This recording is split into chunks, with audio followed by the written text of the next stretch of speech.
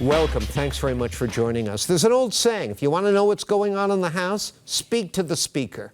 All right, I just made that up. It's not an old saying. But in any case, that's how we roll here. And that's why we're delighted to have with us the Speaker of the Massachusetts House, State Representative Ron Mariano, now in his fourth decade representing Quincy, Weymouth, and Holbrook. House Speaker since 2020. Mr. Speaker, welcome. Good to have you here. Nice to see you, John. So back in April, when the House passed more than $1 billion in tax cuts, your package included cutting the short-term capital gains tax rate from 12% to 5%, putting our state in line with most other states, including all our neighbors. You said at the time, quote, the competitiveness issue is real, meaning we can't keep being an outlier and expect investment to roll in. Well, the Senate rejected that tax cut 32-5. Is it acceptable to you if the bill emerges from conference without a capital gains tax cut?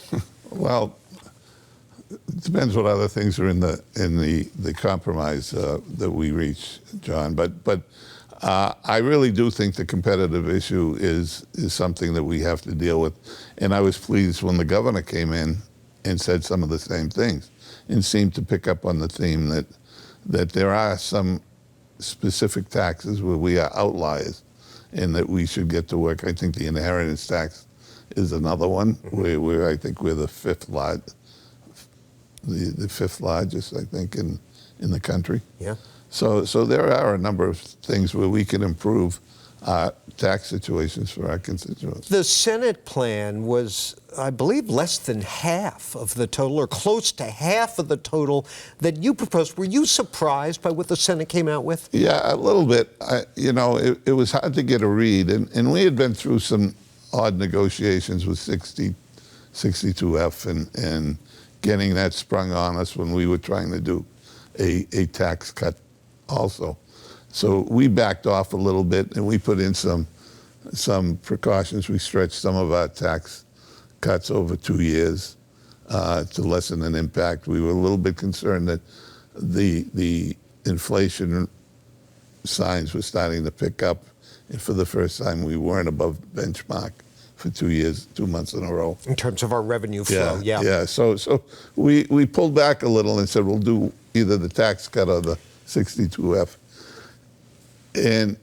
But because they were both about the same amount of money, and that's the numbers that we were talking about. So I was a little surprised when I came in lower. Well, look, there's always, historically, tension between the House and the Senate. That's the way it works.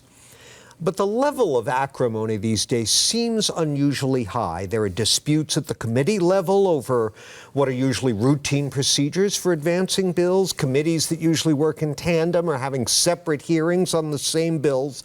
And sir, well, that's only one committee. All right. Well, it's my understanding that your personal and professional relationship with Senate President Spilka is very poor. Why? Well, I don't think it's poor. We've worked on many things. I think at the end of the last session, we put out a very strong mental health bill that covers the whole spectrum of mental health from childhood to adult. We did a sports betting bill that was a difficult negotiation between the two branches, but we were able to get it done. So I think a lot of that is fuel and conjecture that's just a natural part of the beginning of a session. When you begin a session with newly elected chairman and newly appointed chairman, rather, it takes a little bit of getting used to. We've always had debates on the rules. We had a couple of snafus last time with some bills not getting heard in a hearing that we tried to correct, and that led to some disagreement, and we now have the two committees operating separately is a result of the fact that we couldn't get a poll agreement at the end of a session. So you and the Senate President are square, or is there an issue there? I don't think there's an issue there. I think that most of the other committees are operating well. Okay. We're hearing bills. There'll be recommendations coming, and we'll carry on. All right. There was a particular issue in one committee, though. All right. All right. I want to get into some other topics, Sure. and we'll do that after a short break as we continue talking with the Speaker of the House, Ron Mariano, in just a moment. Stay with us.